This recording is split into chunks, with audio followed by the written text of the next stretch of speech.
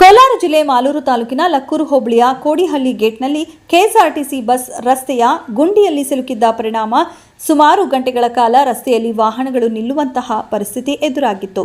ಮಾಲೂರು ಮತ್ತು ಹೊಸೂರು ರಸ್ತೆಯ ಮಾರ್ಗವಾಗಿ ಹೊರಡುವ ರಸ್ತೆಯ ಕೋಡಿಹಳ್ಳಿ ಗೇಟ್ನಿಂದ ಚಿಕ್ಕ ತಿರುಪತಿ ರಸ್ತೆಯಲ್ಲಿ ನೂರಾರು ಗುಂಡಿಗಳು ಬಿದ್ದಿದ್ದಾವೆ.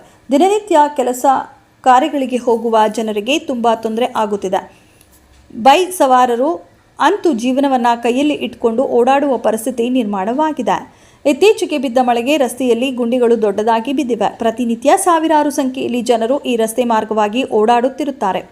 ಸ್ಥಳೀಯ ತಾಲೂಕು ಜನಪ್ರತಿನಿಧಿಗಳು ಮತ್ತು ಅಧಿಕಾರಿಗಳು ಕಣ್ಣು ಮುಚ್ಚಿದ್ದಾರೆ. ಸಾರ್ವಜನಿಕರ ಹಿತಾಸಕ್ತಿ ಮರೆತಿದ್ದಾರೆ. ಕೂಡಲೇ ರಸ್ತೆ ಡಾಂಬರೀಕರಣ ಮಾಡಿ ಸಾರ್ವಜನಿಕರಿಗೆ ಅನುಕೂಲ ಮಾಡಿಕೊಡಬೇಕು ಎಂದು ದಲಿತ ಸಂಘರ್ಷ ಸಮಿತಿ ಜಿಲ್ಲಾ ಸಂಚಾಲಕರಾದ ಲಕ್ಕೂರು ವೆಂಕಟೇಶ್ ಅವರು ಹೇಳಿದರು. ನಮಸ್ತೆ. ಇವತ್ತು ನಮ್ಮ ಹೊಸೂರು ಮತ್ತು ಮಾಲೂರು ಮುಖ್ಯ ರಸ್ತೆ ಇವತ್ತು ತುಂಬ ಹದಗೆಟ್ಟಿದೆ. ಹಳ್ಳಿಗಳು ತುಂಬ ತುಳುಕಾಡ್ತಾ ಇದೆ.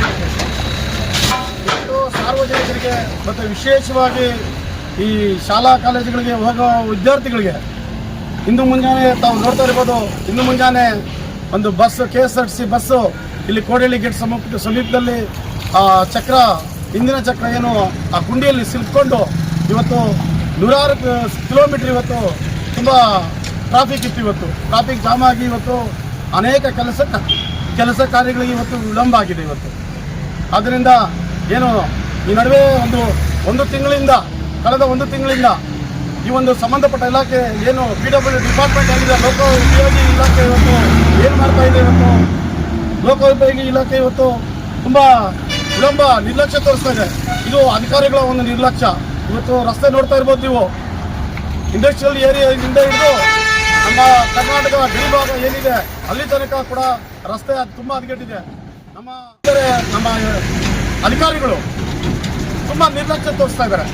ಈ ಕೂಡಲೇ ಈ ಗುಂಡಿಗಳನ್ನು ತಾತ್ಕಾಲಿಕವಾಗಿ ಈ ಗುಂಡಿಗಳನ್ನು ಮುಚ್ಚೋ ಒಂದು ಕೆಲಸ ಮಾಡಬೇಕು.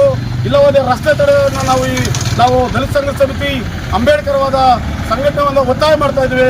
ಇಲ್ಲವಾದಲ್ಲಿ ನಾವು ರಸ್ತೆ ತಡೆ ಚಳುವಳಿಯನ್ನು ನಡೆಸಬೇಕಾಗ್ತದೆ. ಈ ಸಂದರ್ಭದಲ್ಲಿ ನಾನು ಹೇಳ್ತಾ ಇದ್ದೇನೆ ಬಂಧುಗಳೇ, ಸಂಬಂಧಪಟ್ಟ ಅಧಿಕಾರಿಗಳು ಎಚ್ಚೆತ್ಕೊಂಡು ಇನ್ನಾದರೂ ಸರಿ ಏನು ಗುಂಡಿಗಳಿಂದ ನಮ್ಮ ಮಾಲೂರು ತತ್ತರಿಸ್ತಾ ಇದೆ.